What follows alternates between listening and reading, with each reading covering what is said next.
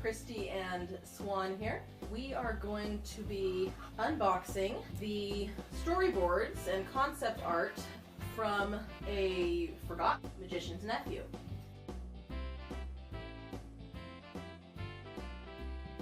This reminds me of like picture books of a certain era, like Curious George. Yeah. The type of drawing, because it's partly because it's pencil and crayon, but just yeah, I like that a lot. Okay, so this is very faithful what I'm seeing very so far. faithful, yeah. Is there a goldfish in the test tube? I want fan fiction about the fish. They use gouache to make it more of a foggy. So mist does kind of seem to fit with that dreamy feel, even if it's not in the book. I'd be okay with that. Right. That's a really nice piece of artwork. Yes, that is glorious. That's really pretty. That's the kind of thing you wouldn't mind having on your wall.